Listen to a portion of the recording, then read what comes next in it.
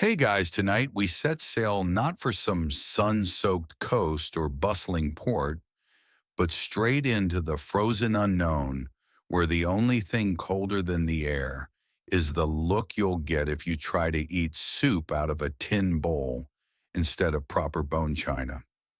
That's right. Tonight we're bundling up in itchy wool and ill-advised optimism to explore why 19th century Arctic explorers packed fine porcelain along with their salted beef and fur-lined mittens. You're going to sip tea in -40 while trying not to freeze solid. You probably won't survive this. So before you get comfortable, take a moment to like the video and subscribe, but only if you genuinely enjoy what I do here. And if you're already tucked in, let me know where you're watching from and what time it is for you. I'm always curious who's drifting off in Auckland or wide awake in Winnipeg. Now dim the lights, maybe turn on a fan for that soft background hum, and let's ease into tonight's journey together. The world around you has gone quiet save for the distant creak of wooden timbers under pressure and the crunch of frost beneath fur-lined boots. You stand at the edge of the known world, staring out at a great white expanse so still, so endless, that it feels like you've wandered into a dream or a freezer aisle designed by a particularly dramatic Victorian. Behind you, the ship glows faintly with lantern light. Inside, men in epaulettes and cravats are carefully balancing porcelain teacups, as if they weren't drifting through the Arctic Circle with only weeks of rations and a compass that might be lying to them. And yes, they've brought the good china, the royal Worcester no less, hand-painted and edged in gold, because nothing says prepared for frostbite like trying to maintain full dinner service while locked in polar ice. The year is 1845. Britain is at its imperial height. The steam engine is humming, the colonies are expanding, and someone in the Admiralty has just had a brilliant idea. Let's find the Northwest Passage, lads, a route that would connect the Atlantic and Pacific Oceans through the Arctic, perfect for trade prestige and quite possibly death by exposure. Still, you're told it'll be glorious. There'll be medals, maybe a mention in the Times. More importantly, there'll be table settings. The logic, if you squint, makes a kind of peculiar sense. The British Navy in the 19th century was not just a military force, it was a projection of national character. That meant disciplined decorum and a deep abiding love of serving pudding in the correct dish, even while slowly freezing to death. Naval officers were expected to behave like gentlemen, and gentlemen, of course, do not slurp from tin cups. You step into the officer's mess and are immediately hit by the scent of boiled meat, beeswax candles, and a faint trace of brandy. The long wooden table is set with silverware, linen napkins, and yes, the aforementioned fine china. The ship groans slightly under its own weight as it pushes through pack ice, but the second lieutenant is too busy polishing the sugar bowl to notice. The captain is dictating a journal entry about weather conditions and also the plum tart. Historians still argue whether this was charmingly civilized or borderline delusional. One school of thought insists it was necessary a way to maintain morale and order when surrounded by endless snow and the creeping dread of starvation. Another group suspects it was simply stubborn nationalism on display. After all, if Britannia ruled the waves, then surely she could rule the glaciers too, and she'd do it in style. Outside, the temperature dips to 30 below. Inside, the steward carefully arranges teaspoons in a straight line. Among the most famous China-packed journeys was that of Sir John Franklin's final expedition aboard the HMS Erebus and Terror. 2 fully equipped ships with reinforced hulls, steam engines, and enough supplies for 3 years. That included thousands of tins of food, many improperly sealed fun, twist a library of over 1,000 books, and naturally a full formal dining setup. You can almost picture it, the officers in their dress uniforms, seated in candlelight, sipping consommé as their boots quietly froze to the floor. And what about the men? Well, the enlisted sailors didn't get the fancy plates. They got pewter and tin mostly, but even that was considered a step up from wooden trenchers, which had a nasty habit of soaking up stew and developing what one surgeon politely described as persistent aromas. In one surviving inventory list, you find 12 soup tureens, 48 dinner plates, 18 salad dishes, 2 gravy boats, and 1 particularly large punch bowl. Because if you're going to perish in the Arctic, you may as well go out tipsy. It's easy to laugh now, tucked under warm covers with central heating humming in the background. But back then, the line between madness and dignity was a lot thinner. And for the men on these expeditions, those delicate porcelain cups were more than just impractical. They were a kind of talisman. As long as the table could be set, some part of the world still made sense. One explorer wrote in his journal that the sound of china clinking against silver during storms soothed the mind with its suggestion of order. Never mind the polar bears outside. The gravy boat was upright. Civilization endured. Of course, there were hiccups. Porcelain is not known for its flexibility. Several plates were shattered during ice shifts, and one unfortunate teacup met its end when someone tried to warm it directly over a spirit lamp. Poor thing exploded the entry notes with a sound like a musket, and yet they kept bringing it. On voyage after voyage, the plates were carefully packed in straw and linen, the cups nestled in crates marked delicate, handle with care. Because while the maps may have been speculative, the table manners were not. You wake to the low groan of shifting ice like the earth itself is slowly exhaling. Outside the porthole, everything is a blanket of white sky sea and land blending into one long frozen shrug. Inside, a steward in a thick wool waistcoat steadies himself as he brings in the breakfast tray: eggs, poached in tallow toast, scorched just right, and a small porcelain dish holding marmalade. Because apparently the Arctic is no excuse for skipping preserves. You wrap your fingers around a china teacup, its gold rim glinting faintly in the lantern light, and wonder again, why did anyone think this was a good idea? The answer is Victorian optimism, or arrogance depending on your tone. In the 1800s, Britain was busy convincing itself that every corner of the map would eventually have a Union Jack fluttering gently overhead. That included the North Pole. Never mind that compasses got wonky up here, or that people regularly got frostbite just thinking about it. The idea was that with enough proper boots, proper discipline, and proper porcelain, no climate could resist the civilizing glow of British manners. This logic extended far beyond plates. Officers brought hair pomade, pocket-sized Bibles, and entire wardrobes, including cravats, spats, and at least one monocle. The theory seemed to be if you looked like you were headed to afternoon tea, perhaps the Arctic would behave accordingly.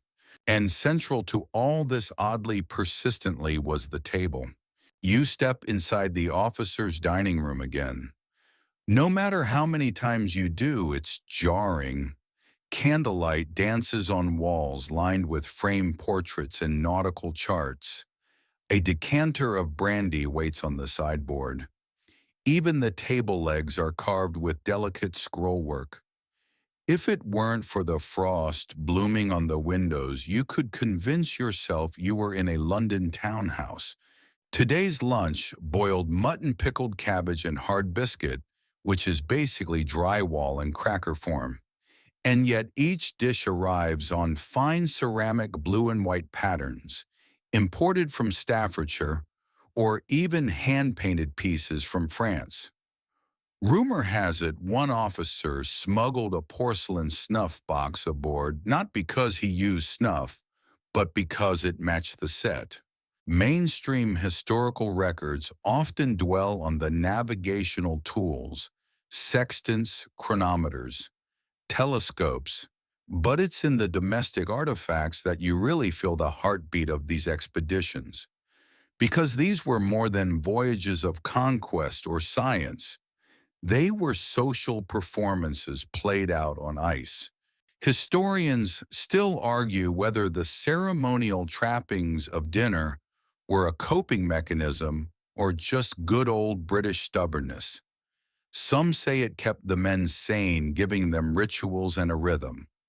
Others point out that while explorers polished their spoons, they also sometimes starved.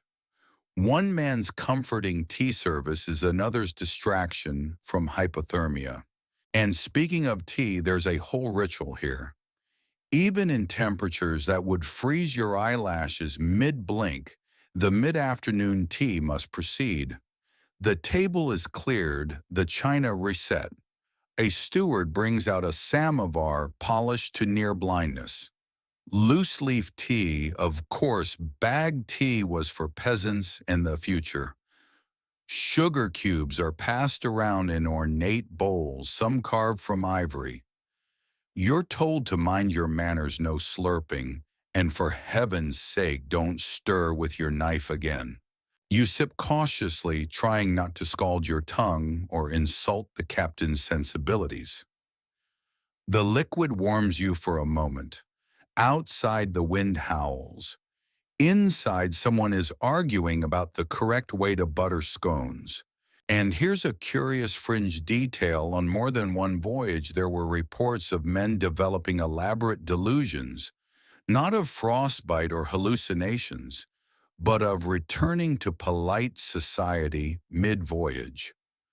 One crewman, half mad with cold, insisted he was late for dinner at Buckingham Palace and refused to put on his coat. He died in his dress shoes, cravat perfectly knotted. Was it madness or simply the power of ritual, of bone-deep conditioning? You suspect a little of both. In the face of an environment so alien it might as well be another planet, the dinner table became an anchor, and porcelain, it was the tether. Of course, not everything went smoothly. Plates broke, utensils went missing. One officer had a full tantrum when someone used the fish fork on the meat course. In the ship's log, this is politely recorded as a minor disturbance during the midday repast. You laugh, quietly, carefully, lest the steward think you're laughing at the china. But then you catch your reflection in the polished silver soup ladle and realize, in this cold, this strangeness, maybe the ridiculous is the only thing that still makes sense. Later that evening, after supper, roast duck heavily salted, served with a side of rehydrated peas, and a suspiciously glutinous pudding. You sit with a junior officer by the galley stove. He's 20, maybe 22, still trying to grow proper mutton chops. He tells you that every evening they polish the silver not just for appearance, but because the act reminds them of home, of routines, of a world where time passed in familiar patterns, not in how many layers of frost you had to scrape off your socks. He leans in conspiratorially and admits, "I once took my tea in a pewter mug. Just once. It felt wrong." You nod solemnly, though inwardly you're still hung up on the duck. Back in your quarters, the walls creak as the temperature drops. You climb under layers of wool and fur, the chill seeping through every seam. But you can still hear it just faintly, the clink of porcelain in the mess hall echoing like a lullaby of better times. You wake to the sound of boots clumping across the deck above, muffled by the thick wooden beams that separate your sleeping quarters from the Arctic morning. Or what passes for morning here, it's all just shades of gray smeared across a horizonless sky. Time bends strangely in the polar regions, where the sun forgets how to rise or set, and your body forgets whether to be hungry or tired or mildly hallucinating. You shuffle toward the officer's mess again, where a familiar warmth waits the heat of the coal stove, the faint scent of salted meat and parsnip, and of course the gleam of fine china meticulously arranged as if Buckingham Palace might pop in for lunch. This morning, the expedition's naturalist is mid-rant about spoon curvature. Not the spoons themselves, mind you, but how the wrong curve can ruin the experience of broth. You nod mostly to keep him talking. The sound of his voice wards off the creeping silence that settles on a ship frozen into place, surrounded by nothing but ice and possibility. But today you're curious about the why behind this eerie pageant. Why so many dinner forks and dessert forks? Why the frilly napkin folds when you're two frostbitten fingers away from losing your pinky? To answer that, you need to go back to the roots of empire and the ideology that insisted civility must be portable. See, Victorian Britain believed in the transformative power of manners, not just at home, but anywhere. At the heart of this belief was the notion that culture could and should be exported like tea or textiles. The dinner table, in all its elaborate ceremony, became a staging ground for imperial identity. To sit at it properly was to declare oneself part of a grand tradition, even when that table was bolted to the floor of a creaking icebound brig. A mainstream fact here: by the mid-1800s, British naval expeditions often included full dining sets, not just for officers, but for use during official entertaining. Yes, entertaining, as if the Arctic were simply a slightly chillier extension of Piccadilly. Guests, should any Inuit elders, Hudson's Bay officials, or rival explorers appear, would be treated to a table laid out with polished forks and embossed dessert plates. They might even receive a toast in their honor, served from a silver cruet, set chilled by nature itself. Quirky detail: one expedition brought along a full dessert service specifically for plum pudding. Not just the pudding, mind you, the service.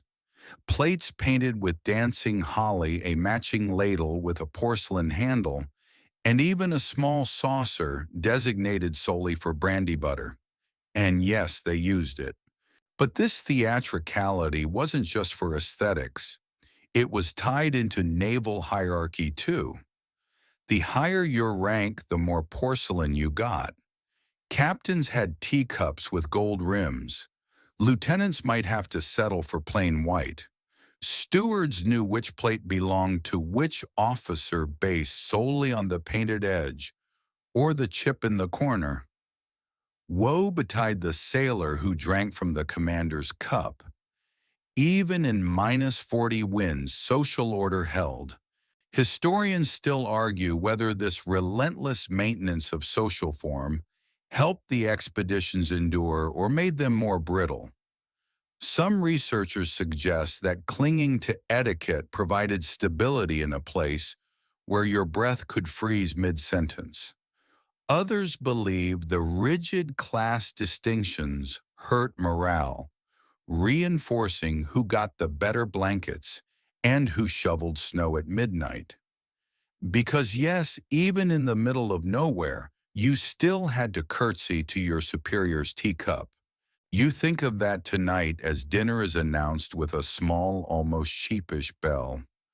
You enter the mess to find the long table already set as always. Candlelight dances in glass holders, and the captain has changed into his less wrinkled cravat. The soup is grayish. The meat is as usual anonymous, but the plates are faultless. Someone breaks a cup. Not just any cup, the sugar bowl part of the set with the blue thistles and the gilded edge. The silence that follows is a shade too heavy.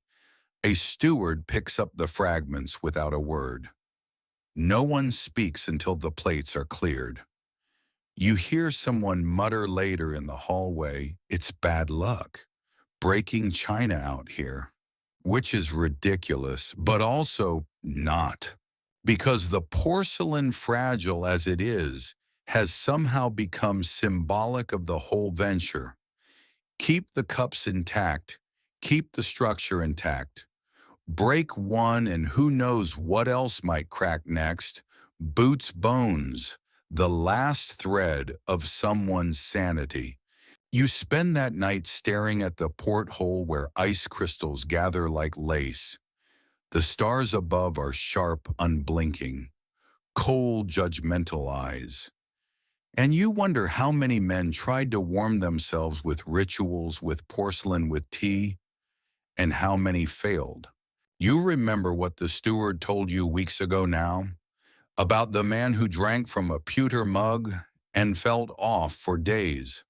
It's absurd. But up here, absurdity is the glue that holds your mind together. And perhaps that's what the China really is. A tiny rebellion against the vast, silent wilderness. A way of saying we still remember who we are and how we like our tea. The ship groans in its frozen bed. Outside, the wind sharpens its claws. But inside, a steward polishes a plate, and somewhere below deck, someone is practicing their posture. And you curl deeper under your blankets and pretend the pillow smells faintly of Earl Grey. You wake to the sound of creaking wood, low groaning notes like the ship is dreaming badly. The ice outside tightens its grip again. You swear it sighs, resentful and ancient. In the stillness, you stretch beneath layers of scratchy wool and feel something peculiar hunger. But not for food. No, you're craving familiarity, a table, a cup, even a napkin ring absurdly. Breakfast arrives, salt pork again. It tastes like brine and defeat. But it's served on a porcelain saucer with a dainty blue vine trailing around the edge. The contrast is so jarring you almost laugh. Today you spend time with the junior medical officer. He's repacking the expedition's portable medicine chest, which looks suspiciously like a tea caddy. Rows of bottles labeled with Latin words that sound vaguely sinister, calomel tinct. Opie Surge squill. Some are wrapped in cloth, others in straw. But nestled among the glass vials is an odd find. A porcelain cup. Just one. Pristine. "That's the opium cup," he says like it's no big deal. You raise an eyebrow. "Only for serious cases, and only ever in porcelain." Why? Because he explains porcelain is clean, pure, unreactive. Not like tin or brass, but more than that, it's what a gentleman should die sipping from. He doesn't elaborate. This is your fourth week at sea. You're still adjusting to the surreal juxtaposition of life aboard a Victorian Arctic expedition, brutal cold back-breaking labor, and of course, afternoon tea served with lace doilies. Today you learn just how far that obsession with etiquette goes. See, in the mid-1800s, Arctic expeditions weren't just adventures. They were theater. They were geopolitical statements. When Sir John Franklin sailed north in 1845, it wasn't just to map icy coastlines, it was to showcase British resolved masculinity and, of all things, interior design. Mainstream fact: Franklin's doomed expedition famously carried over 200 books of barrel organ that played 50 tunes and enough fine china to host a small wedding. The ships even had wallpaper. Wallpaper in the Arctic. Quirky tidbits: some officers brought their own monogram teaspoons, not for identification, but for morale. A gentleman deserves a proper stir, one diary notes. You watch today as the cook tries to melt snow for tea. The kettle hisses weakly over the coals. It takes forever. The resulting water tastes faintly of soot and desperation, but it is poured carefully into bone-white teacups with gold fluting. And this, more than the hardtack or salt beef, is the daily ritual that keeps everyone sane. Over in the corner, one of the sailors has carved a tiny rocking chair from driftwood. He places a thimble on it like a crown. It's absurd, yes, but charming. A pocket of gentleness in a world full of windburn and rationing. You're beginning to understand. The china isn't just about status or decorum, it's insulation. Against the cold, against the wildness, against forgetting who you were when the frost starts scraping at your thoughts. Back home, in drawing rooms with roaring fireplaces and bored aristocrats, etiquette was already a performance. Up here it becomes armor. Polished plates as psychological shields. Historians still argue whether this armor helped or hurt. Some say the emphasis on civility on table manners and napkin folds gave men purpose, a scaffold to cling to when reality frayed. Others claim it turned expeditions into brittle pageants, unable to adapt to the harsh realities of the ice.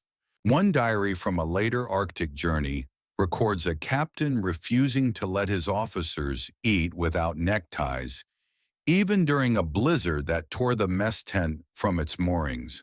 Several crewmen ate with frostbitten fingers while struggling to tie Windsor knots. Did that help? Hard to say. That night you join the others for the evening meal. It's quieter than usual. The candles flicker, casting long shadows across the table. Someone has placed a sprig of dried lavender in a teacup, no idea where it came from. Perhaps smuggled from home. A whiff of something other than salt and cold and soot. It makes your chest ache a little. The first course arrives: boiled peas. They rattle on the plate like marbles. But everyone straightens up. Forks are used. Napkins dab lips. Someone even compliments the texture. You sip from your own cup, surprised to find it's chipped. A little flaw in the system, and yet somehow that chip makes it more real, more yours. Later in your bunk you think of home. Not the people necessarily, but the things. The way a wooden floor creaks, the smell of polish, the way sunlight slants through a clean pane. How little things define the boundary between comfort and chaos. And maybe that's why they brought the china, not just to eat from, but to remember what they were before the ice began to erase them. You close your eyes, the cup is still warm in your hands. You wake before the bell. It's still dark and will be for hours. Above you the wooden beams creak with the slow, ponderous exhale of the ship. You half expect it to sigh again in its sleep. Outside, a world of blue shadow and grinding ice waits. You dress with numb fingers, slipping into boots that never seem to dry fully.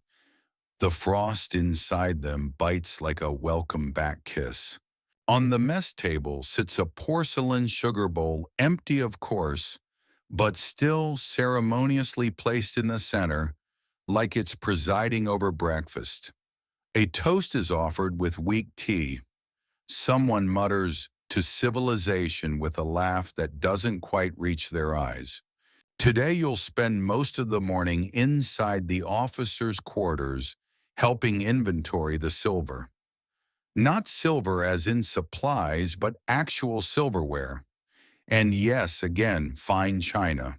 It's astonishing. Here you are stuck on a frozen sea, eating mostly dried peas and biscuit dust, and yet the expedition still makes room for 18-piece dinner sets, dessert forks, and individual ramekins. The kind you'd expect to see balancing a creme brulee, not a spoonful of congealed fat. You run a gloved hand over one of the plates. It's royal Worcester with tiny hand-painted roses along the rim. Someone on this very ship, probably the steward, wrote home once just to request matching butter dishes. Priorities, right? Mainstream fact. The Franklin expedition wasn't alone in this porcelain passion. Most 19th century Arctic ventures, even the more Spartan ones, made sure to pack fine dinnerware. The reasoning was always the same: to maintain morale, to uphold the illusion of order. And let's be honest, to impress future historians if things went sideways. And things often went sideways. Fringe tidbit. In one lesser-known expedition, a teacup shattered during a minor skirmish with a polar bear. Not a crew member, just the teacup. The bear was unharmed. The cup was mourned for days. As you help with the inventory, you're surprised by how much of the cargo space is dedicated to dining gear. There's a crate labeled tablecloths, formal, another curiously doilies, dessert. You're beginning to suspect someone brought a sugar sifter and a spirit lamp for making hot chocolate. You'd roll your eyes if your own soul didn't lift just a little at the thought. Historians still argue whether these choices reflected earnest survival planning or dangerous hubris. On one side, the view that luxury items created small islands of comfort, sanity, and civility in an otherwise soul-erasing landscape. On the other, the idea that they took up vital space room that could have been used for tools, medical supplies, or extra coal. But that's the paradox you live with daily. The more brutal the surroundings, the more tightly people cling to absurdities. You once saw a man spit polishing his boots in a snowstorm while humming "God Save the Queen." His fingers were too frozen to tie the laces afterward. This afternoon, you're assigned to help repair a packing case near the galley. Inside, among mounds of old straw, you find something unexpected: a delicate porcelain dish shaped like a scallop shell. It's labeled lemon wedges, fish courses. There is no fish. There are no lemons. Yet here the plate is packed carefully, wrapped in linen, cushioned like treasure. You can't help but laugh softly. That's when you meet Bartlett, the expedition's quiet cartographer. He joins you at the table, eyes on the dish, and says, "My mother had one just like it. Used it for gooseberries." Then after a pause, she made gooseberry fool every spring. You sit with that image for a while: a bright English garden, buzzing bees, a patterned tablecloth, and a glass bowl of something tart and sweet. Bartlett rubs his hands together and says, "It's not about the lemon, you know. It's about remembering the lemon." You nod. You both stare at the dish a little longer than necessary before tucking it gently back into its crate. Later, the evening meal is served as always: identical stew, identical cups of tea. But tonight, someone's placed the scallop dish in the center of the table again. Empty but gleaming. It catches the candlelight just right. Someone makes a toast to spring, and the whole table laughs quietly, the kind of laugh that warms more than the tea. You realize then this wasn't a mistake. Bringing the china, It's as essential as the maps or the compass, maybe more, because when the ice groans like a dying whale, when the compass spins in tight little circles like it's given up entirely, it's not the sled or the sextant you cling to. It's the ritual, the plate, the empty cup that smells faintly of bergamot and nostalgia. You carry that image to bed with you, a fine porcelain dish, absurd and precious, holding nothing but memory. Morning in the Arctic is more of a suggestion than a certainty. The light doesn't rise, it simply softens the edges of the darkness for a while, as if politely clearing its throat. You wake to that gray hush and pull on stiff layers, your breath blooming faintly in the air like a ghost too tired to haunt anything properly. You're off to the stores today. Not the kind with aisles and price tags, but the hold below deck, where every crate and barrel is carefully stashed like loot from a particularly mundane pirate voyage. Salt pork rope, flour, candles, spare buttons, anything and everything, except, of course, the one thing you actually need at any given moment. And among the most precious cargo, the ceramics. You'd expect crates of china to be nestled away reserved for officers' dinners or Sunday best. But here's the strange thing, many of these sets were packed right alongside essentials. Not in some gilded display box, but next to barrels of flour and tins of pemmican, their delicate rims swaddled in straw and cloth, like babies in a Dickensian orphanage. Mainstream fact. The British Navy in the 19th century maintained a peculiar dedication to ceremonial routine. Even amid the howling unknowns of polar expeditions, captains and lieutenants insisted that mealtimes replicate naval etiquette, 3 courses when possible, taken with cutlery china, and as much decorum as a frost-bitten officer could muster, while his eyebrows froze. You crouch beside one box labeled HMS Erebus Tableware B. Someone's handwritten note is attached with waxed twine. It reads for formal use. Avoid jostling. You peek inside and find tea saucers stacked with almost absurd precision. One of them bears a slight chip, your finger runs over it, and you wonder whether it happened during a gale or when someone dropped it in the dark while trying not to scream. There's something almost tragic about the quiet optimism of that note. Avoid jostling, as if the Arctic itself might oblige. Quirky tidbit. Some ships brought special dessert molds shaped like pineapples, oranges, or crowns. The crew would pour gelatinous, vaguely fruit-flavored slop into them and wait for it to set. Then with some ceremony, they'd unmold their jiggling triumphs onto delicate china, pretend it wasn't shuddering meat goo, and eat it with silver spoons. Civilization preserved through wobble. Today, while helping the steward rearrange some of these fragile absurdities, you hear talk of a mishap from last winter, when a crew member tried to heat a chipped teacup over a lantern to thaw frozen water, and it exploded in his hand. No injuries, just a loud pop and a lost cup. But the next day, 2 more men tried the same trick with different results. One success, 1 second loud pop. Eventually, the practice was banned, and a new rule was posted: no thawing tea in ceramic. You imagine the Royal Navy didn't foresee needing that one. Historians still argue whether the Navy's ceremonial insistence on china and silver helped maintain discipline or simply highlighted a comical detachment from reality. Was it psychological resilience or Victorian denialism wrapped in bone china and lace napkins? One historian calls it theatrics for sanity. Another less generously describes it as lunacy served with lemon.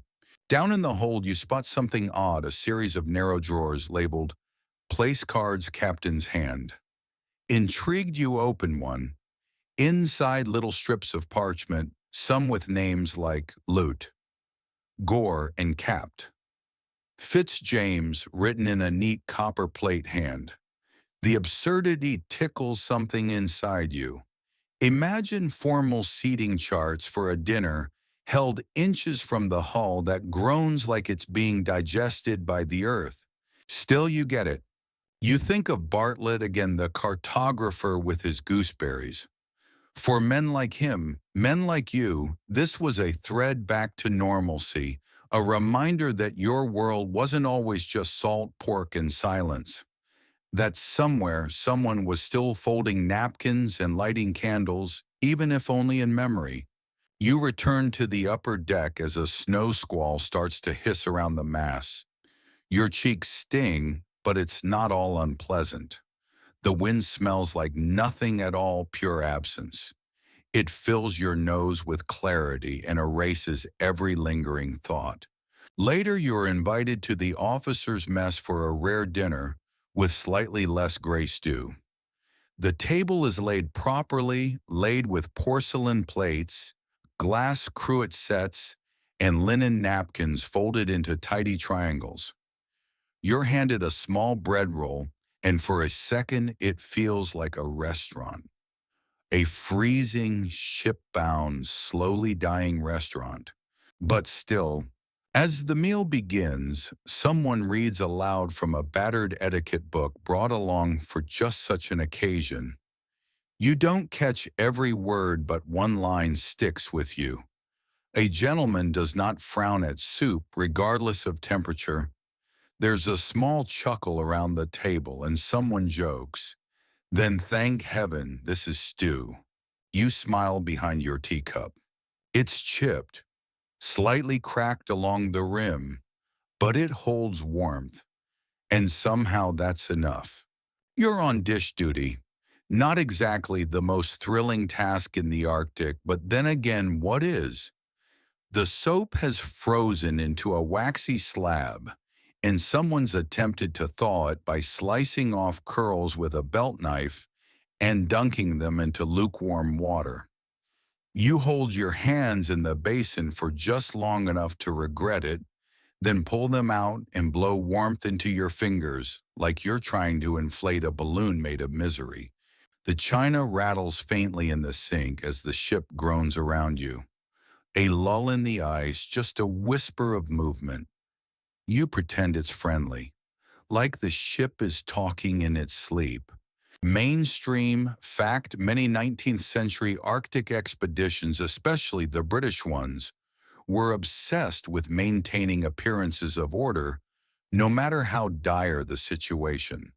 The Franklin expedition packed more than 200 pieces of fine tableware, including matching bone china dinner sets and engraved cutlery. Some of it is still being found today, scattered across the ice like breadcrumbs from a doomed fairy tale. You rinse a saucer, it's got a faded crest stamped on the bottom, a lion, a crown, a motto in Latin, the sort of thing that once meant something back in Portsmouth. Out here, it just reminds you not to chip it, or the mess officer will give you the look. You turn to the drying rack. It's a real rack. Someone carved it from spare wood and tacked it together with nails scavenged from a broken crate. It even has grooves for cups to drip properly. You admire the handiwork. Clearly, someone was avoiding more important work when they made it. That kind of procrastination takes finesse. Quirky tidbit.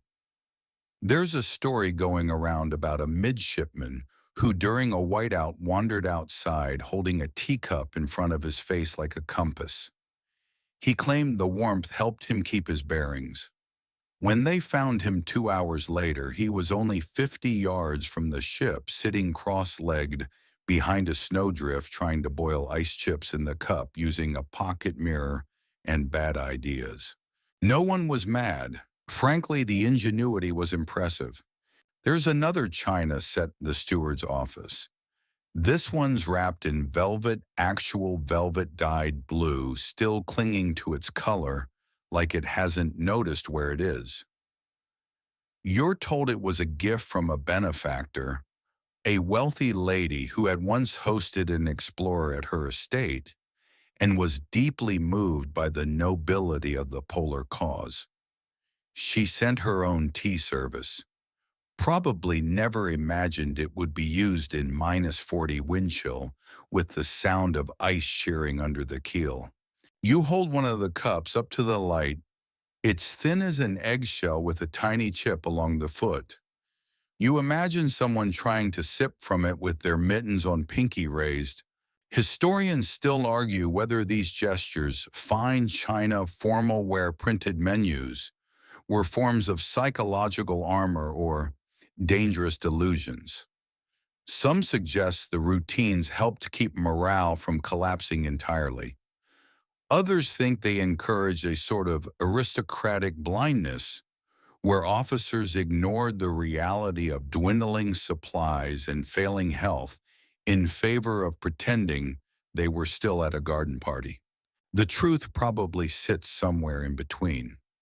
Maybe the fork helped someone feel civilized while they slowly starved. Maybe a saucer gave someone a reason to care, even if it was just for a few more days. You finish the dishes and dry your hands on a threadbare cloth that smells vaguely of pickled turnip. Then you're free to wander. Up on deck, the air is biting, but tonight it doesn't feel hostile, just blank, a canvas of cold. You walk past the frozen ropes, stiff as rigging in a painting, and pause at the stern to look out across the ice. Flat, endless, rippled like someone tried to iron it badly. Someone nearby mutters about dinner, salt pork again, with the special mustard, the one that's only mildly awful. Back inside, there's talk of a ceremony planned for Sunday. They've been saving one of the better tablecloths for it. Someone's promised to recite poetry. Someone else has agreed to play the fiddle. And yes, the good china will be used. The set with the blue rings around the rims. Nobody says it outright, but you all know it might be the last time that full set is seen intact. You volunteer to help set the table. It's fiddly work, lining up forks and knives, folding napkins, checking for cracks in the plates. There's a moment when you hold a gravy boat and realize you have no idea what it's ever been used for. Gravy in the Arctic. You smirk quietly and set it down anyway, like you're placing an antique on a mantelpiece. That night, as you lie in your bunk wrapped in every blanket you own, you picture that dining room set up for Sunday. The flickering lamplight, the mismatched glasses, the absolute absurdity of it all. And yet, there's comfort in the absurd, in the idea that you can still set a table even when the world around you is made of ice and quiet despair, that a chipped saucer can mean something more than just porcelain. Sleep comes slowly. You think about the teacup again, the one in velvet, the one in the steward's office. Maybe tomorrow you'll ask to use it, just once, for a cup of something hot. And not because you're pretending to be civilized, but because somehow you still are. You wake to the sound of snow brushing the ship's hull like soft sandpaper. The wind has picked up again, dragging tiny drifts across the deck. They'll pile into corners, into boots left out too long, into the folds of your coat if you stand still. You pull on your mittens, still a bit damp from yesterday, and head toward the galley. There's a line already forming for tea. Someone ahead of you has frost in their eyebrows. He doesn't seem to notice. You cradle your tin mug like it's a holy relic. Inside, the tea is weak, more gray than brown, but it's hot, and that's all that really matters. You let the steam rise into your face and breathe it in like perfume. You're just about to take your first sip when you're handed a plate. Today's breakfast is a biscuit as solid as moral certainty and a smear of something pretending to be jam. Mainstream fact. The British Navy issued hardtack to explorers' biscuits so tough they could survive for years, perhaps centuries. Some had to be broken with the butt of a rifle. These were often paired with preserved foods in cans, a relatively new invention in the early 19th century. The Franklin expedition carried over 8,000 tins of food, many of which later became infamous not for what they contained, but for how poorly they were sealed. Your biscuit crunches like gravel under your teeth. You chew slowly and think about how many of these you've eaten since the ice closed in. 2050 enough that your jaw muscles now qualify for a promotion. On the mess table next to a cracked butter dish and a stack of grease-spotted napkins, someone has placed a full-place setting, china plate, bone-handled knife, the good fork, even the fragile teacup with the tiny blue forget-me-nots along the edge. It's ceremonial. No one's using it. It just sits there like a still life painting or a dare. Quirky tidbit: one explorer known for his flair insisted on playing butler once a week, complete with a borrowed cravat and a ridiculous accent. He'd announce each dish like it was being served at Buckingham Palace. Today's entree, sirs, is the delicately salted boeuf de Cannes, hand-packed by the finest tinsmiths in Deptford. His antics drew snorts and chuckles, even from men losing toenails to frostbite.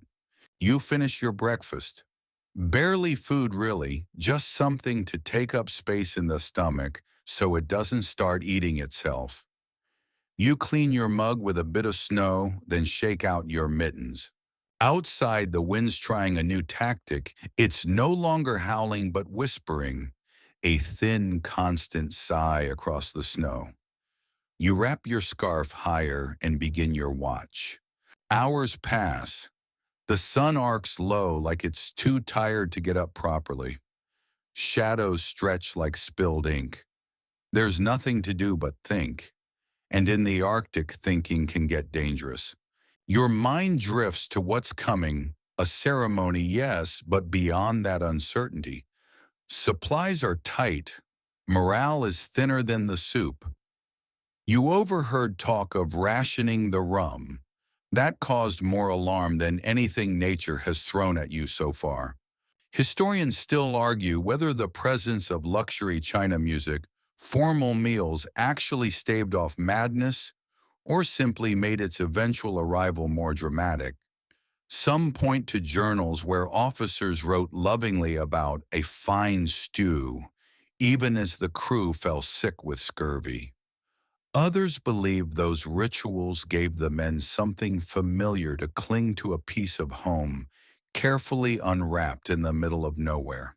The idea that civility itself might be a survival tool is oddly comforting.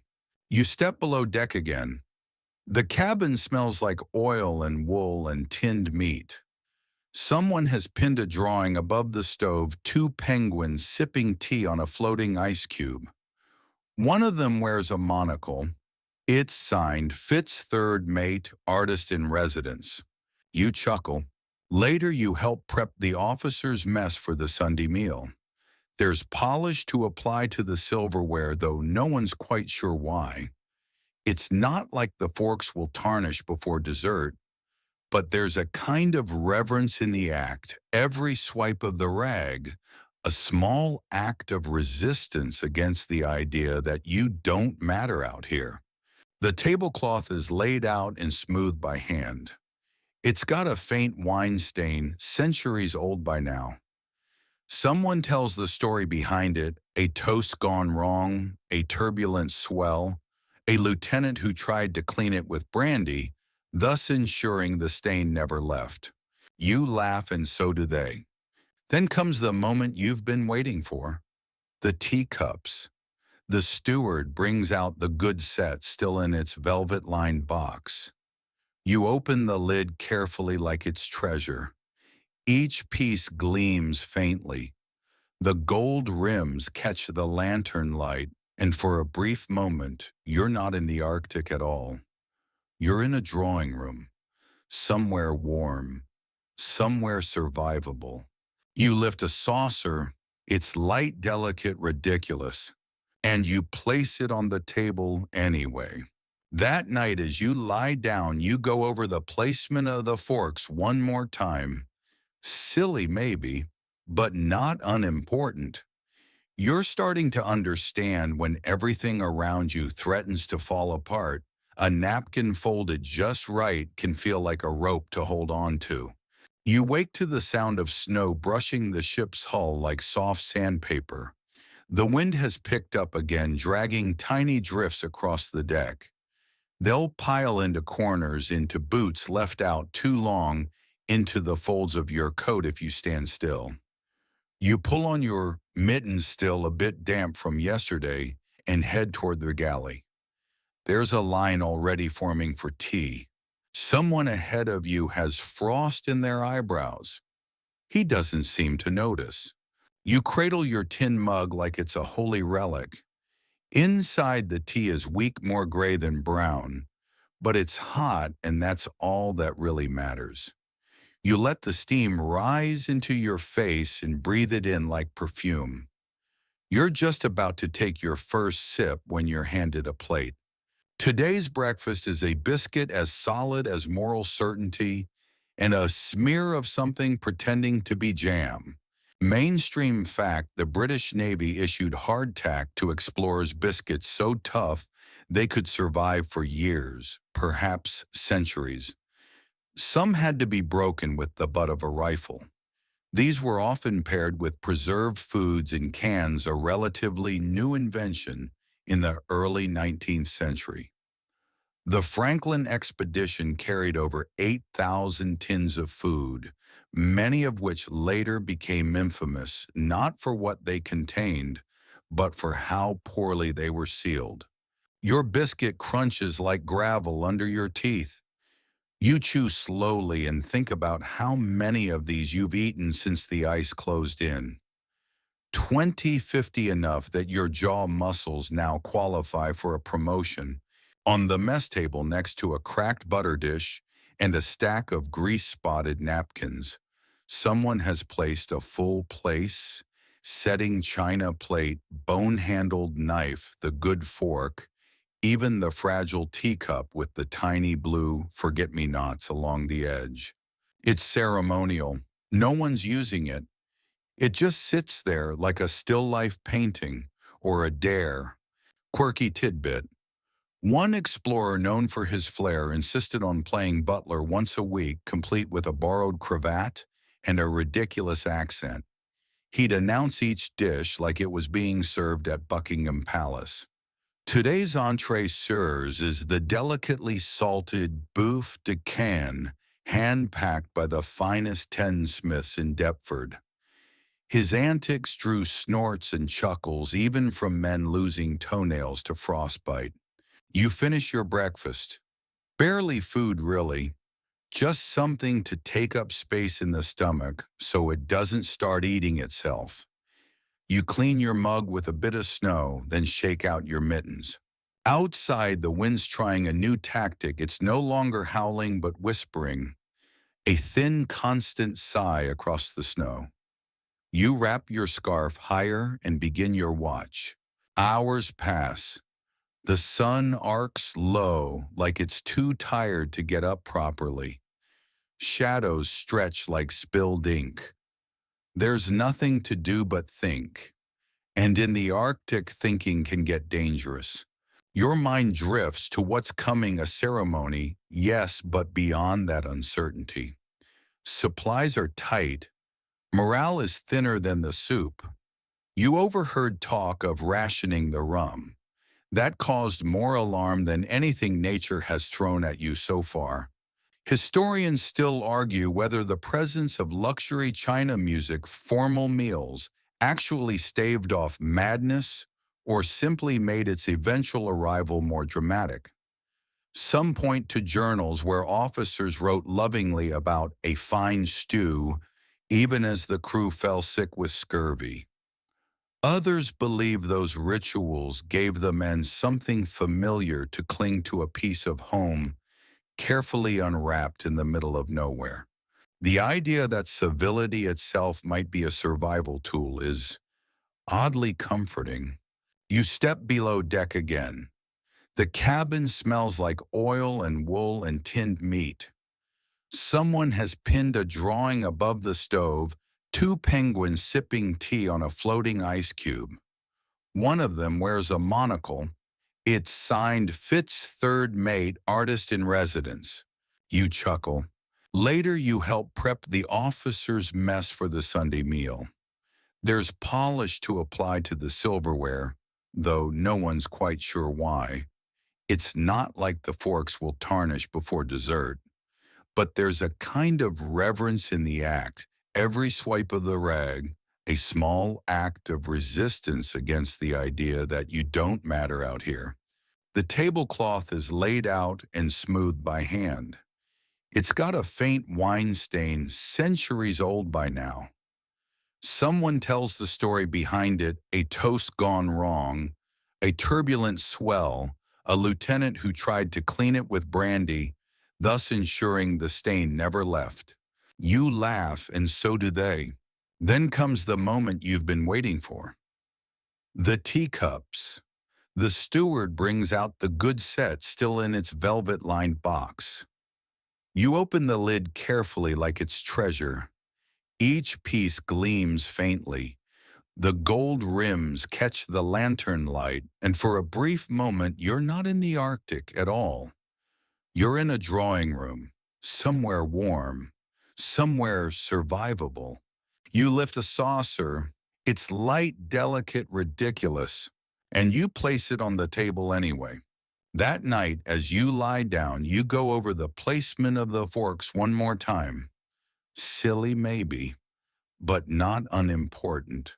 You're starting to understand when everything around you threatens to fall apart. A napkin folded just right can feel like a rope to hold on to. Morning begins not with light, there is none, but with a soft clink of porcelain. You wake to the familiar shuffle of boots on timber, the muffled curses of someone who spilled hot water on a mittened hand, and the distant melody of spoons stirring into tin mugs. In the Arctic, it seems breakfast is less about nourishment and more about reassembling yourself into something resembling human. Your fingers are stiff as you pull on your coat. The wool lining is starting to molt, leaving soft fuzz trails along the sleeves, and you swear it's shrunk since yesterday. Or maybe you have. The mess is already half full by the time you get there. A steward sets the table with the same care as always. Plate, fork, knife, napkin folded into a rectangle, the edges just slightly uneven. Then the star of the show, the porcelain cup rim, ever so slightly chipped, but still gleaming. Mainstream fact: the British Navy took meal rituals extremely seriously, even during expeditions into uncharted polar hellscapes. The daily rhythm of breakfast, lunch, and dinner, each served with full table settings, even when supplies dwindled, was a holdover from Royal Navy discipline. Officers believed that structure meant survival. That, and no one wanted to eat stewed penguin directly from the tin. Today's breakfast: hardtack with marmalade and tea brewed from snowmelt. The marmalade was probably once orange. Now it has the consistency of cold axle grease and a sharp bite that lingers on the tongue like regret. Still, there's a comfort to it. It reminds you of home. Sort of. You settle into the silence of chewing. It's a communal thing now, eating quietly, respectfully. Not for manners, but because everyone's too tired to talk, and besides talking, stirs the cold back up into your lungs. One of the junior officers speaks up. He's new, not from naval stock, more of a gentleman volunteer who likely joined for the glory, or at least the memoirs. "Why the porcelain, sir?" he asked, glancing toward the captain. "I mean, it's beautiful, but it's wildly impractical, isn't it?" The captain doesn't answer right away. Instead, he pours a measured dollop of milk into his tea, real milk, or what passes for it out here, and stirs once counterclockwise. Finally, he says, "If we lose this, we've lost everything." No one disagrees. Quirky tidbit. During the Franklin expedition, which famously vanished in the 1840s, rescuers later discovered abandoned campsites still bearing intact bone china, delicately stacked inside snow-covered lifeboats. There were forks and plates and even serving bowls pristine as the day they left London. One was engraved with the Admiralty's insignia, a final reminder of empire stranded in the ice. Historians still argue whether the insistence on maintaining such finery was a masterstroke of psychological endurance or a symptom of lethal denial. Some suggest that by pretending nothing had changed, explorers were simply delaying collapse. Others believed the tableware was symbolic, a mobile extension of British soil. The debate, like most academic ones, is oddly polite, but here on the ice it feels sharper. You've seen men argue over whether sugar should be rationed by spoon or cube. You've watched someone patch a tablecloth with stitches more careful than any used on a torn sleeve. You reach for your cup, now filled with tea the color of rust. The handle is dainty and annoyingly small for your gloved hand. You have to hold it with two fingers, like you're hosting a tea party for squirrels. Still, you lift it and sip. It's lukewarm and slightly briny. Maybe the snow wasn't quite melted all the way, but it's yours, your moment, your little porcelain ritual in a world of splinters and sleet. Later after breakfast, you're on latrine duty. There's no delicate way to say it. Someone's got to keep the facilities functioning, and today that someone is you. It involves a bucket, a trench, and a firm resolve not to breathe too deeply. As you trudge past the officer's mess, you catch a glimpse of the fine china being washed again. The steward hums an old waltz as he dries each piece, stacking them gently on a towel. They shimmer like museum pieces, so absurdly pristine, in contrast to everything else. One has a faint blue vine pattern curling along its edge. You wonder who painted it, where it was fired, whether the artisan imagined it would ever make it this far north. Maybe they pictured it on a summer table in Devonshire. Not here. You finish your task, hands frozen and pride significantly dented. But as you walk back, someone hands you a tin cup filled mercifully with something warm. It isn't served in porcelain, but it tastes better for the gesture. By nightfall, the wind returns. It howls through the cracks in the hull, sets the rigging creaking like a ship groaning in its sleep. You lie in your bunk listening to it all, and you think maybe the porcelain isn't just for the officers. Maybe it's for the ship itself, a tiny act of defiance, a whisper that says, we are still who we were. We still remember where we came from. And tomorrow, over another impossible breakfast, someone will hold a china plate like it matters. Because maybe in this cold it actually does. You awaken to the sound of something falling porcelain again. Not shattered, but that unmistakable, anxious sound of breakable things meeting hard surfaces. A hush follows. Then the quiet scrape of someone cleaning it up with gloved hands, moving slowly, reverently. It's the same steward. He always moves with the air of a butler trapped in a very unfortunate dream, and today he's murmuring to himself as he picks up the pieces. One cup broken clean in half, the handle separated neatly like a wing from a bird. You don't say anything, and neither does he. By now you've accepted the strange truth the fine china matters more than most people expect. It travels beside salt pork and sled dogs and sextants. It is part of the cargo list as serious as charts or boots. You're reminded of the moment early in the voyage when a whole crate of porcelain was carried onto the ship with more care than the scientific instruments. You'd laughed at the time. Now you're not so sure. Mainstream fact: British Arctic expeditions of the 19th century routinely prioritized etiquette and formality even under conditions where survival was uncertain.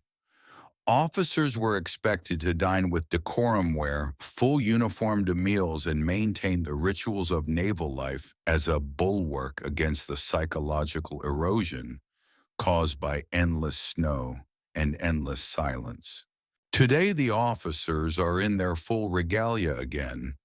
Their coats are worn but still brushed, and the brass buttons gleam just enough to suggest someone has taken the time to polish them. The table is set, of course, but there's a change. A new cup has replaced the one that broke. A different pattern, this one, with tiny birds instead of flowers. But it's porcelain all the same.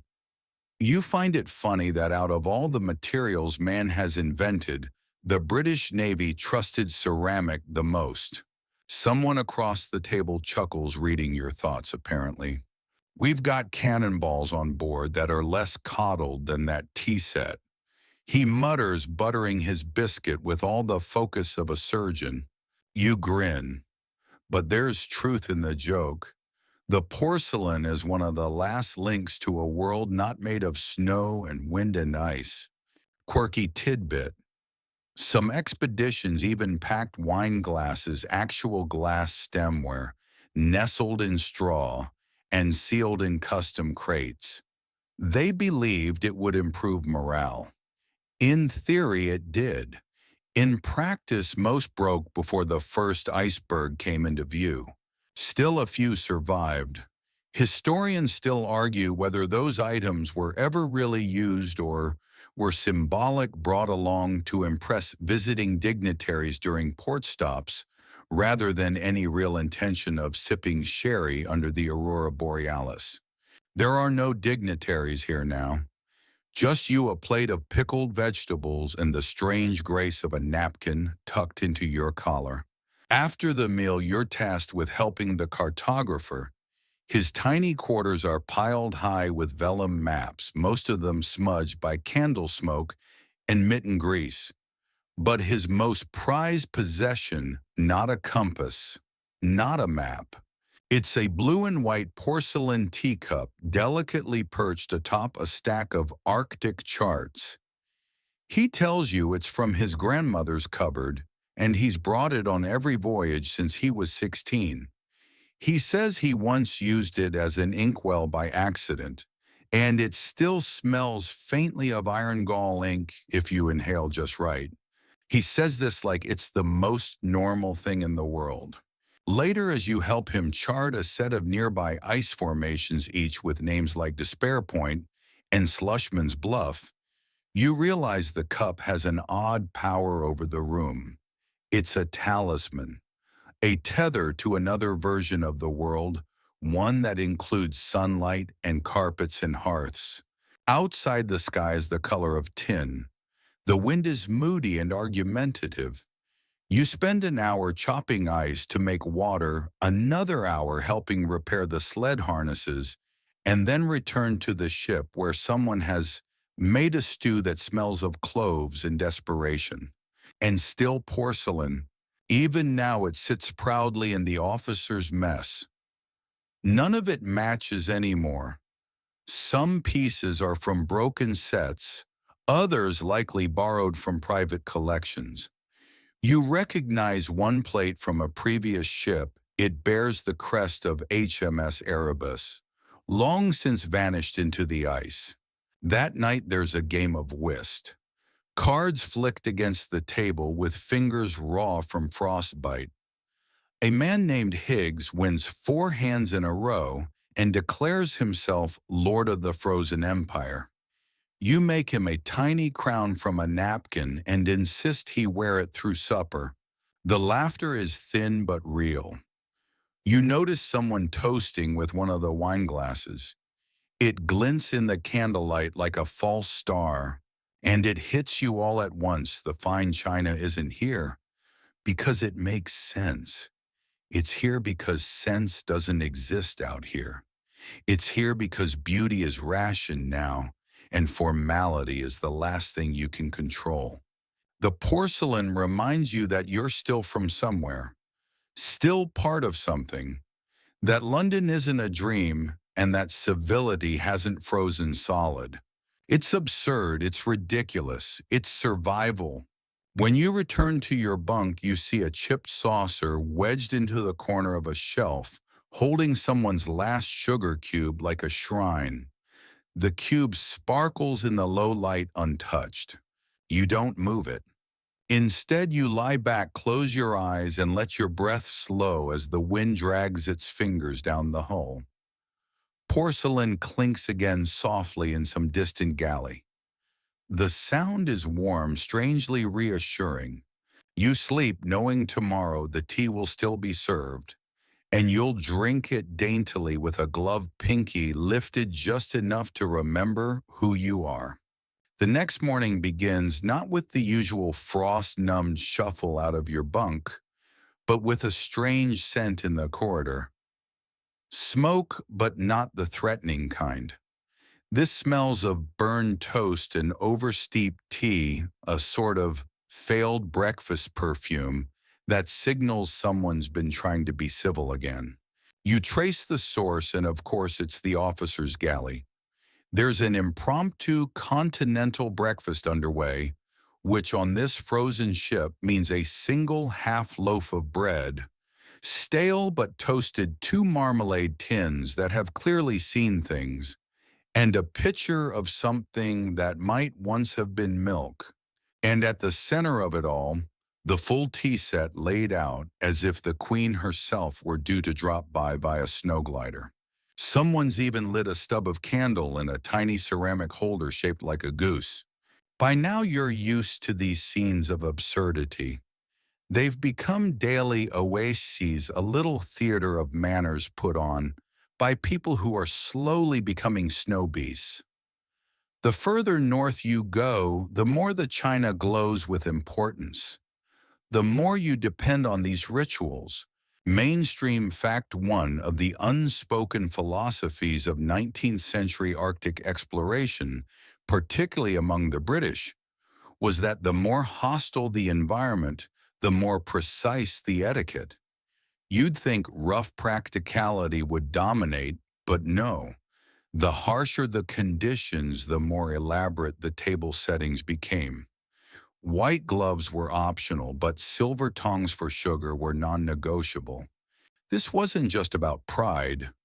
Officers believed these rituals instilled discipline, kept morale from plummeting, and reminded the crew they were explorers, not lost men.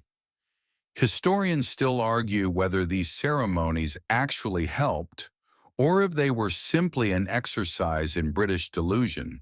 Fringe detail. A junior officer once insisted on ironing the ship's flag with a hot pan before raising it during a blizzard. No one stopped him. It said the flag stood straighter afterward, not from starch, but sheer stubbornness. Today you are invited to join their breakfast. Someone passes you a plate and gestures politely. You lift the delicate china cup, the one with gold around the rim, and sip what turns out to be broth.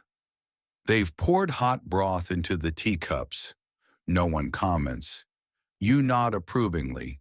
Later, a work crew is assigned to haul supply crates across a dangerously thin patch of sea ice. You go along mostly to supervise, partly to get some fresh air. The ship smells faintly of mutton and crushed optimism. The ice moans beneath your boots like a disgruntled walrus. The crates jostle on the sled, their contents thumping gently as they shift. Untip slightly and you catch it by the rope. The label reads, "Dessert dishes. Handle with care." You blink. Yes, in the middle of the Arctic, someone packed an entire crate of dishes exclusively for sweet things. You peek inside. Porcelain with tiny vines etched in green. All identical. Someone had clearly imagined a dessert course somewhere north of the polar bears. Later that day, the doctor calls you over. He's in his cabin, fussing with a kettle that whistles unevenly. On his shelf sits another piece of fine china, this one oddly mismatched, a saucer shaped like a fish beneath a perfectly round teacup decorated with bees. He tells you matter-of-factly that certain patterns help soothe the mind. He's been observing the crew for weeks and believes those who drink from cups with floral patterns seem slightly less prone to weeping. You're not sure if he's joking. He probably isn't. He offers you a drink. You accept, and for a moment you're just two people sipping tea in a mad little world, holding on to a porcelain thread of sanity. The sun does its low circle over the horizon, never rising, never setting. Time warps. The meals blur. The china endures. You remember hearing that on one long-lost expedition, they held a full, formal dinner in a tent surrounded by howling wolves.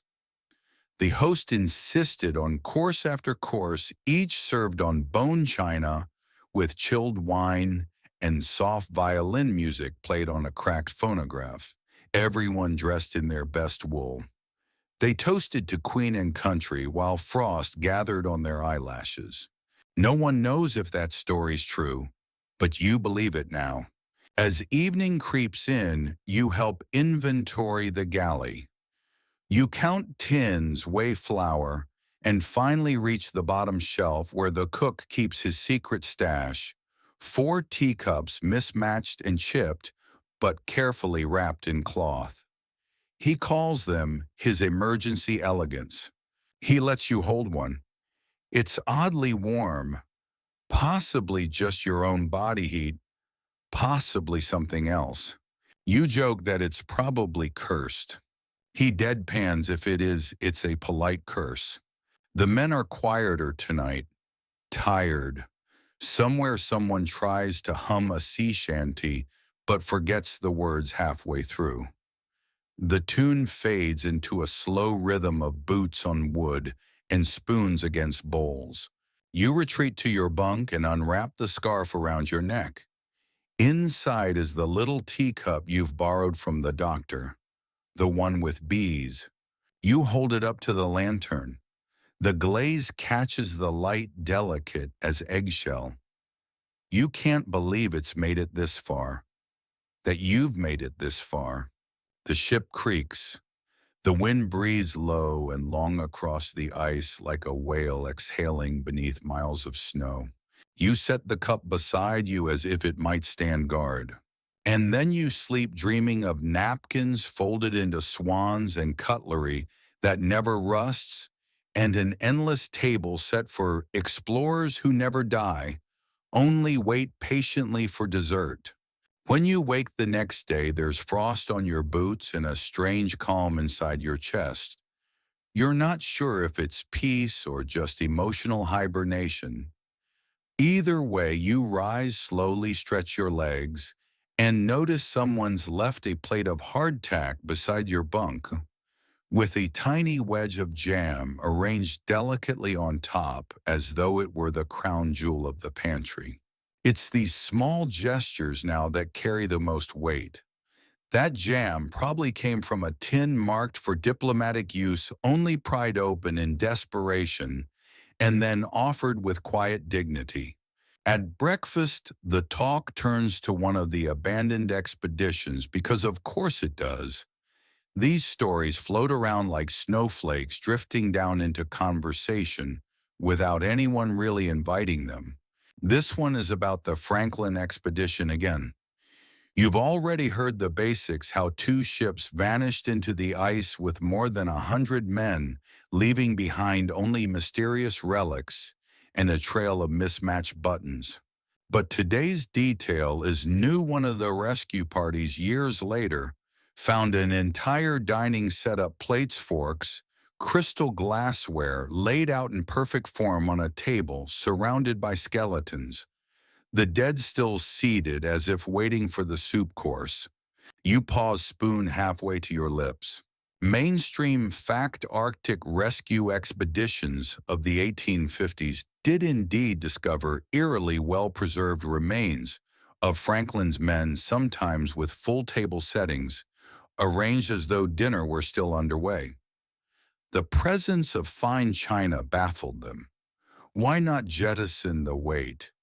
But the British, it seems, held on to their dining ware with religious fervor, even in the face of starvation.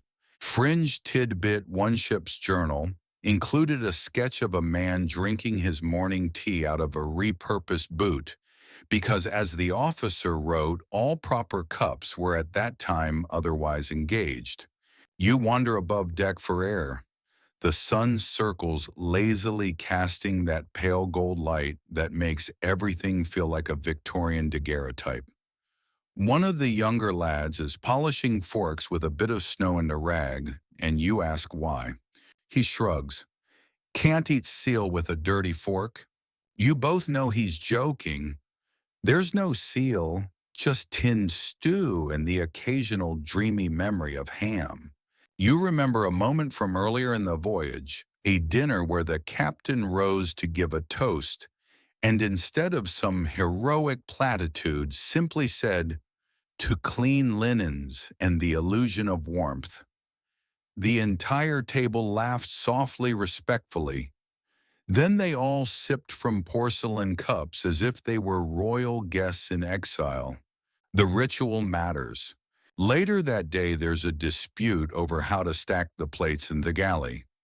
It escalates to a full-blown committee meeting. You sit in mostly to referee and watch grown men argue over whether the bone china should go rim side down or upright to prevent cracking. The cook insists that upright is for Frenchmen, and someone else counters that his grandmother was a Frenchwoman, thank you very much. The debate ends in polite stalemate. The plates remain nested rim side down like eggs in a careful nest. Historians still argue whether such fussy behavior preserves sanity or accelerated cabin fever. Maybe both. Maybe that's the whole point of civilization, small stubborn habits that stave off the void. The day stretches thin. You're assigned to log supplies in the aft hold. A tedious job, but at least it's warm near the engine casing. You sit on a crate, pencil in hand, and tick items off a curling manifest: 17 jars of pickled onions, 12 sacks of flour, one large porcelain punch bowl with a chip shaped like Iceland. You pause. You read that again. Yes, a punch bowl. You shake your head and jot a small note in the margin: still present, clearly immortal. The ship creaks and something outside groans in reply, ice shifting perhaps, or just the Arctic muttering to itself. That night there's a frost storm, not a full blizzard, just needles of ice tapping at the portholes like the ghosts of forgotten etiquette, tapping to be let in. Down in the mess, someone has lit every lamp and arranged the chairs in a circle. The doctor appears with a tray of cups, none matching of course, and a pot of something that smells of cloves and old brandy. He calls it explorer's tea. No one questions it. You sit cupping warmth between your palms. The youngest among you, barely 20, raises his cup as if proposing a toast. To the Queen, he says. There's silence.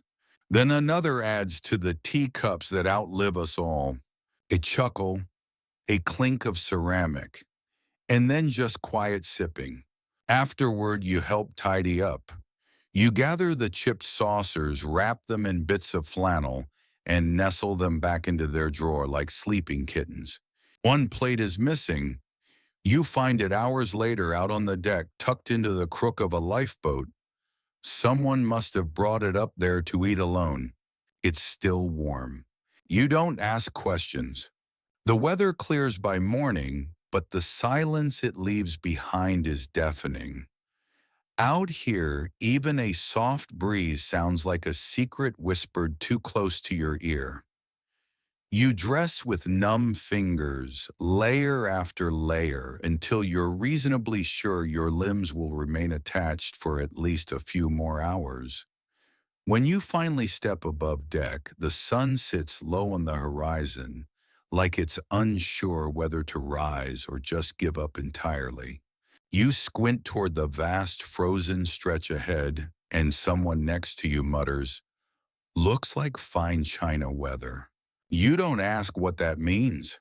Somehow it makes perfect sense. Today's agenda, rearranging the officers' table again. Apparently, a heated discussion erupted during the early watch about whether dessert forks should be placed to the left or the right, depending on whether you're emulating the court of St. James or the habits of the Royal Navy's Indian stations. This is quite obviously urgent business. Mainstream fact: Victorian Arctic expeditions carried full dining sets including etched goblets, butter knives, and soup tureens because naval protocol insisted that even in the frozen north, the standards of a drawing room must be upheld. Some ships even brought bone-handled fish knives and silver mustard pots. Fringe tidbit: on one lesser-known Canadian-led expedition in 1875, the officers brought a collapsible dining tent, complete with wallpaper rugs and a faux chandelier made from whale vertebrae and melted wax stubs. They claimed it lifted morale, though the tent collapsed in a gale after only 4 uses. The captain joins the mess with a frown carved into his face. He's not angry, just deeply contemplative, like someone trying to remember whether spoon placement truly matters when your beard is frozen to your shirt collar. You're assigned to serve today. This means fetching tea balancing plates and pretending the ship isn't actually stuck in a floating prison of salt and cold. The tea trolley has squeaky wheels, and it takes all your dignity not to mimic the sound with your mouth as you roll it into the officers' quarters. You're greeted with gentle nods and murmured thank yous as though you were a duchess passing out court invitations. The meal itself is unremarkable: salt, pork, stale bread, a dash of pickled cabbage, but the setting transforms it. There are linen napkins. Someone has made place cards. The doctor recites a sonnet before anyone's allowed to pick up a fork. You eat last, tucked in the galley with the other enlisted men. Your tea is cold and your bread slightly blue around the edges, but the ritual still feels anchoring. After lunch, you're ordered to the storeroom to help pack the dining kit for a planned sledging party. These overland trips are brutal days of trudging across ice with sleds full of rations, charts, and desperate optimism.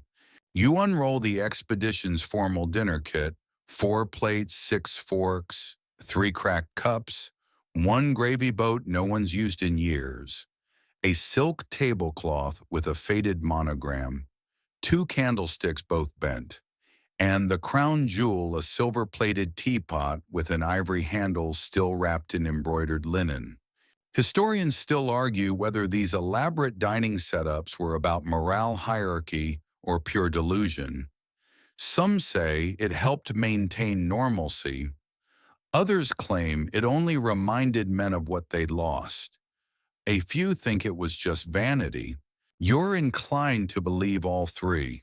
Later, you overhear someone practicing how to properly announce a course during the sledging trip. Tonight, gentlemen, we dine upon concentrated pea soup with a thrilling side of crumbled biscuit, he says, bowing to an audience of boots. No one laughs, but everyone's spirits lift just a bit.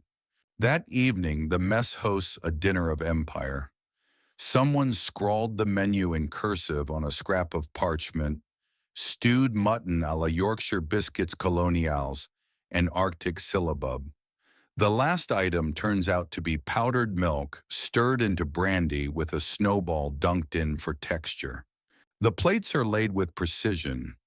You help polish the forks using a pair of wool socks, pretending not to notice the tiny rust stains no one will admit are blood from a nicked finger. During the meal, a junior officer drops a spoon. It clatters onto the floor and bounces once before settling under a table. He freezes.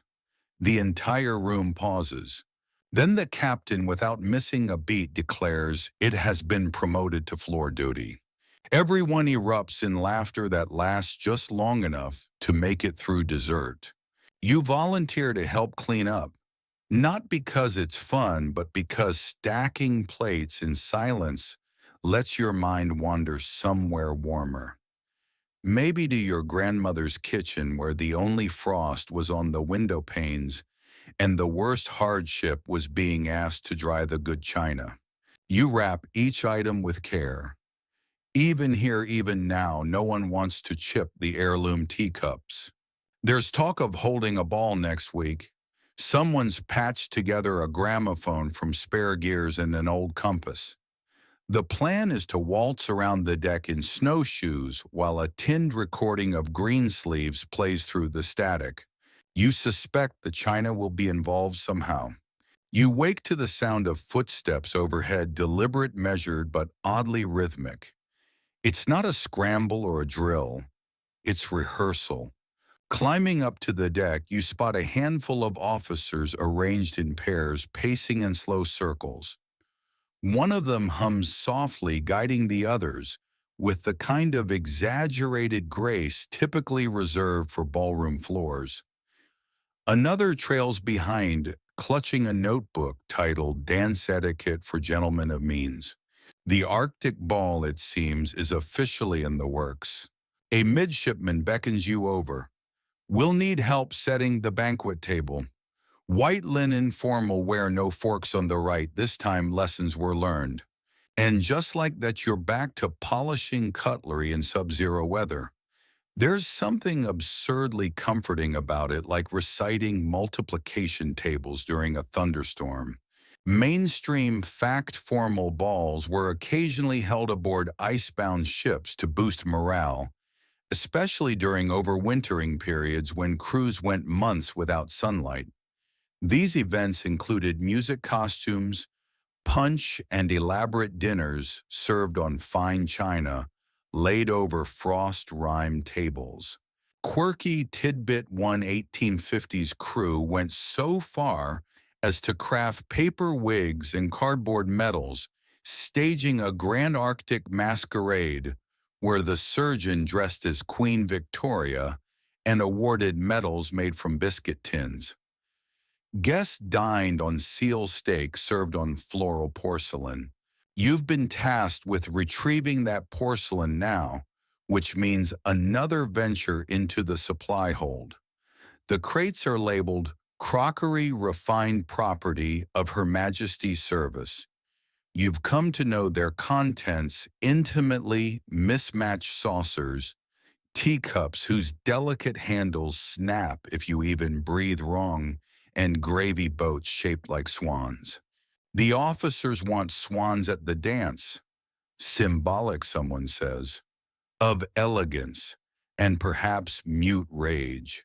You carry each piece up, carefully wrapping them in wool scarves to prevent clinking. The dining area is being transformed: candles wedged into soap holders, chairs arranged in a circle for when the dancing inevitably dissolves into exhaustion. A particularly ambitious lieutenant is rehearsing a toast. He wants to honor the indomitable British spirit, our steadfast companions, and this frankly excellent lemon powder. His glass is a chipped goblet from the mess kit, and he's spilled half the lemon cordial down his vest. He doesn't notice. Historians still argue whether these events truly raised morale or simply masked desperation. Some journals praise them as vital psychological anchors. Others read like parodies, men waltzing with icicles in their beards, sipping broth from China while frostbite crept up their legs. You're in the camp that thinks it's both, like playing make-believe with grown-up stakes, and you're in it for the punch bowl. Later that afternoon, a squall sweeps in, rattling the rigging like a maraca played by a ghost. Everyone rushes to batten down hatches except the quartermaster, who insists on finishing his table setting. The wind, he mutters, respects a well-placed napkin. It doesn't. Two cups fly off the table and shatter against a barrel. You're dispatched to replace them, but the supply is thinning. One of the replacements bears a small crack, shaped suspiciously like the Isle of Wight. The wind dies by dusk. A faint orange glow limns the horizon's sunset, maybe, or wishful thinking.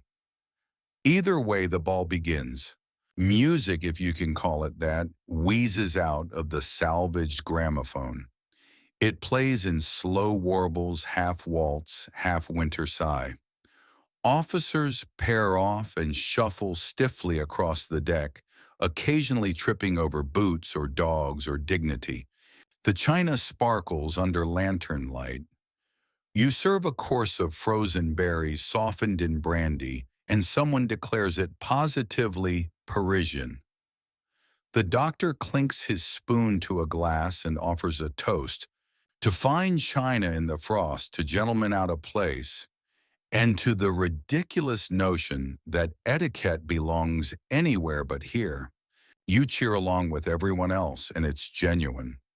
For 5 precious minutes, this isn't a wooden trap moored to ice. It's a ballroom at the edge of the map.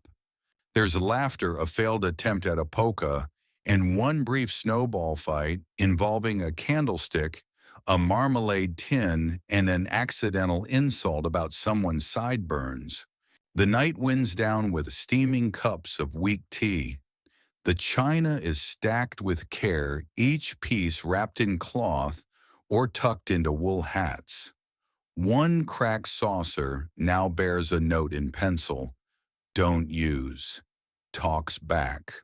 You fall asleep later with the scent of tea leaves still clinging to your sleeves, and the strains of green sleeves caught somewhere between your ears and your dreams. Somewhere nearby, a spoon rolls gently across the deck, chasing the echo of laughter that lingers in the frozen air. It's morning again, or what passes for it here, where dawn bleeds sluggishly across the snow like honey on a chilled plate. Your boots are stiff with frost, your fingers ache as you flex them, and yet somehow you're smiling. Last night's ball still lingers in the air like steam over a forgotten cup of cocoa. You gather the delicate china, miraculously only 1 cup chipped during the final toast, and pack it back into its crate, tucking a napkin between each plate like their tender letters home. And then comes a surprise, a new arrival. A dog sled appears on the horizon, the figures aboard bundled beyond recognition. There's a brief scramble, the kind of polite British panic that involves more tea-making than tactical maneuvering, and then the visitors arrive. They're from another expedition, a Swedish vessel, reportedly trapped 20 miles west. They bring newsletters in a small precious box, sugar cubes. You take one, hold it up to the sun, and for a moment it looks like a crystal. A luxury, a memory of sweet things and simpler climates. Mainstream fact Arctic expeditions in the 19th century often encountered each other midwinter, whether by accident or carefully planned rendezvous. These meetings offered updates, shared resources, and sometimes fresh gossip carried across the tundra by sled. Quirky tidbit. One explorer meeting another stranded crew brought along a silver spoon and insisted on trading it for a scoop of mustard, claiming a gentleman's dignity requires flavor. The mustard was ancient, the gesture timeless. Your visitors are ushered into the warmth of the galley, offered a spread of biscuits, dried apples, and exactly one china teacup each. The officers insist. It's important, one whispers. We have to show them we're fine. There's that word again, fine. The conversation is awkward but kind. One of the Swedes compliments the tin medallions from the ball. Another admires your carefully balanced gravy boat centerpiece. Looks like a swan about to judge you, he says. You nod solemnly. It's what it was designed for. Historians still argue whether these cross-expedition meetings were strategically wise or dangerously optimistic. Some logs describe the joy of exchanging news and small gifts, knitting needles, tobacco, lemons. Others note that each such encounter reduced rations and increased expectations. Still, this one brings new energy. One of the visitors mentions that their cook has figured out how to make faux custard from condensed milk and fish gelatin. You try not to look alarmed. By evening, the Swedes depart with a handwritten menu from the Arctic ball for posterity and one sugar cube apiece wrapped like wedding favors.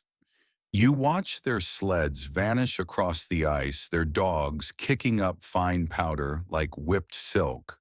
That night over stew that tastes vaguely of brine and boots, you wonder why China. Why risk weight and breakage for something so unnecessary? You suspect you know the answer. It's not about tea. It's about pretending you're still tethered to the life you left behind. You eat like a gentleman to remember that you are one even if your collar is frozen to your chin and your socks smell like despair. One officer puts it this way: a spoonful of civility keeps the madness away. There's a pause. Also, the tin spoons taste like rusted mackerel. Later, while scraping ice from the inside of your bunk, yes, the inside, you find yourself daydreaming of porcelain again, of clinking china and linen napkins and the surreal serenity of a ballroom held together by willpower and gravy. You chuckle, the chuckle fogs in the cold. The next morning, you're back at work. Supplies are low, spirits are twitchy.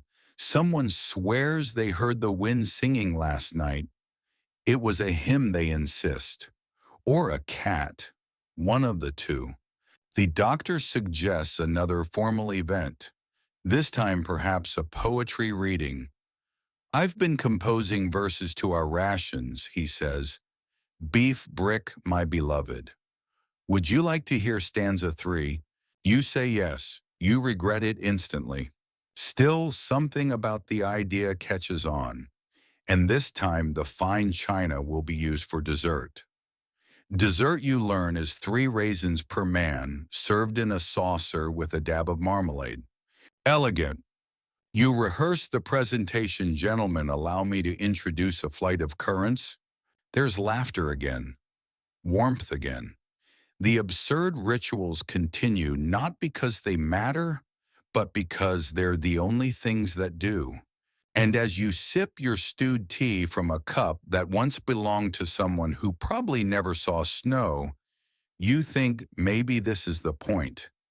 Maybe the china isn't a luxury. Maybe it's survival, porcelain fragile, and twice as brave. By now the days blur into one another, dim light, colder winds, and the same routine played out in elaborate repetition. But the fine china still makes its appearance, stubbornly elegant as ever. breakfast tea in saucers with hairline cracks, tiny forks for rearranged jerky, a butter dish now housing salt that refuses to pour unless you stab it with a knife. You're starting to feel a strange reverence for the tableware, not just for its delicacy, but for its sheer absurd resilience, like a ballerina dancing through an avalanche. You handle each piece like it's sacred because it sort of is. Even the chipped creamer seems to glow under the oil lamp, like it knows it's doing something heroic. Today, though, there's another use for it. The ship's commander has decided the crew morale is dipping dangerously close to mutiny, and the best course of action is a court trial. Yes, you heard that right. A mock court, complete with powdered wigs made from dried moss, a judge's gavel carved out of whalebone, and of course, china teacups for the jury. Mainstream fact, many polar expeditions staged mock trials or parliaments to stave off boredom and mental collapse. Officers would invent absurd crimes such as excessive loafing or suspicion of cheese theft and try their crew in full pantomime. Quirky tidbit. On one British voyage, a sailor was mock convicted of singing too operatically while peeling potatoes and sentenced to compose a limerick in apology. He complied and the limerick survives. Your trial opens with dramatic flair. The defendant is charged with criminal snoring. The prosecuting officer reads a 4-page affidavit that begins with, on the night of the seventh frost, the accused did unleash a nasal cacophony reminiscent of bagpipes in mortal agony. The room laughs. The accused stands, bows gravely, and claims innocence on the grounds that his nostrils were involuntarily echoing the wind. You sip weak tea and try not to smile into your mustache. The jury, each member with a saucer in hand, deliberates seriously despite one of them clearly being asleep, or pretending to be. It's hard to tell these days. Historians still argue whether such rituals helped maintain order or simply distracted from collapsing authority. Some accounts suggest they gave structure to unstructured madness. Others imply they were thin veneers fraying as food ran out and tempers wore thin. But today, at least, it works. The jury convicts the defendant lightly.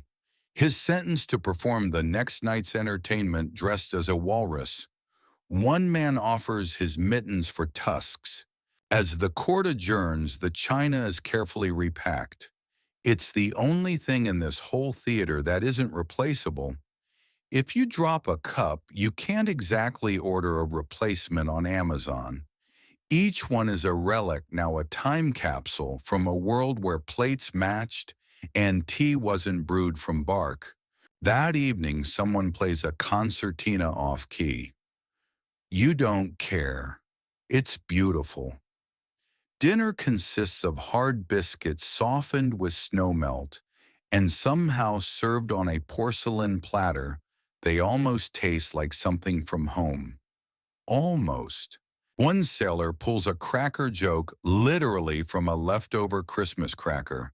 It's moldy and illegible. You laugh anyway. Your bunk is stiffer than usual tonight. Maybe it's the weather, or maybe it's your joints remembering how many nights you've been lying on what's essentially a frozen cupboard. Still, you feel warmer than usual. Maybe it's the tea. Maybe it's the absurdity. You close your eyes and think about home, not in a desperate way, but with a kind of gentle distance. Like it's a book you once read, and now you're living the footnotes. Someone coughs, someone else mumbles in their sleep, and somewhere near the kitchen a teacup chimes faintly as the ship groans in the ice. Tomorrow the commander says there'll be a talent show. All entries must involve the crockery, he adds. You wonder what that will mean. You picture juggling saucers, tap dancing with soup bowls tied to your feet. You smile again. You realize that China isn't just a reminder of civilization. It is the civilization out here in the white silence, the last delicate line connecting you to a world that once insisted on tablecloths and small talk, even in the face of frozen seas and shrinking hope. You drift off, wondering what your performance should be. Something absurd, definitely. Something refined. You think dramatic reading of a biscuit recipe, perhaps, or a stirring monologue from the perspective of a lonely teapot. Yes, that could work. The china will approve. You wake to a faint tapping, not unlike a spoon lightly clicking a saucer. It's rhythmic, deliberate someone stirring something too eagerly or drumming out a message in porcelain Morse code. You don't open your eyes right away. You lie still wrapped in scratchy wool listening to the hushed world of the frozen ship, the creak of wood adjusting under frost, a tin cup rolling lazily across a tabletop, the distant thump of boots stomping snow off at the door. The day begins not with breakfast, but with rehearsal. Yes, it's talent night aboard the HMS Why Are We Still Here? You and your fellow sleep-deprived, calorie-deficient, slightly frostbitten explorers have collectively decided that the only thing left to do, besides slowly grow icicles on your beards, is to entertain each other using whatever props are available, which of course means the fine china. Mainstream fact 19th century Arctic expeditions often held makeshift plays, musical shows, and poetry nights to stave off isolation-induced depression. Even when scurvy bloated their gums and their boots were lined with rabbit fur and silent regret, they made time for light amusement. Quirky tidbit: aboard the Franklin expedition, one man reportedly wrote an entire operetta titled The Icebound Idiots, which featured a duet between a snowshoe and a pickled onion. Your entry A, stirring retelling of Pride and Prejudice, performed entirely using mismatched crockery. You've got the teacup as Elizabeth, the sugar bowl as Darcy, and a cracked gravy boat as Lady Catherine de Bourgh. It's surprisingly moving. The crew watches in a fog of disbelief and secondhand embarrassment, but by the end there's a tepid round of applause, and one sailor mutters, "It's better than watching Wilson's frostbite peel." High praise. Historians still argue whether these sorts of creative moments actually prolonged mental clarity or simply provided a gentle mask for its slow unraveling. But in that flickering cabin with a candle stub burning low and applause echoing off beams held together by frost, and hope it feels worth it. Later, over a celebratory stew of dried peas and former bootlace, Don't Ask the Captain raises his chipped teacup and announces the evening a grand success. The crew agrees mostly because there's nothing else to agree on anymore. A toast is made to civility in the face of absurdity. It becomes a kind of ship's motto. You find yourself glancing more fondly at the cups now. They're survivors.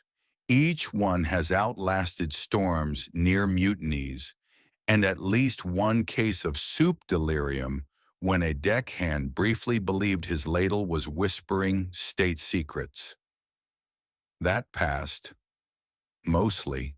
By now your hands know every nick in the porcelain, every hairline fracture.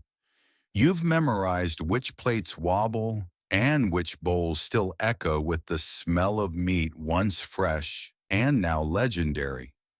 You've started assigning names. Cracksworth, the Duchess, Spilly Joe. Tonight's the coldest yet. A frost forms inside your boots. You wrap your feet in spare scarves and wonder whether penguins would judge you for your layering choices. Still you sleep, or half sleep, somewhere between dreaming and remembering. You dream of a ballroom lit by glacier glow. Everyone's dancing with plates balanced on their heads. It makes sense somehow. In the dream, someone spills tea and it freezes mid-air, forming a sculpture of your first school teacher. You try to ask it for life advice, but it only says steep 5 minutes or until reflective. Thanks, dream. Morning comes slowly like molasses through a snowstorm. You crawl from your bunk and check, yep, the china's still there, miraculously intact. The ship creaks louder now. The ice is pressing harder. You know what that means, but you pretend you don't. Instead, you host a tea ceremony in the captain's quarters, fully serious this time. You polish the cups. You warm the pot. You serve it in silence, each man bowing slightly as he takes his share. No sugar, no milk, just tannin and memory. And yet it tastes like the finest tea you've ever had. Later that day, the decision is made. The ship can't be freed. The china will have to be left behind.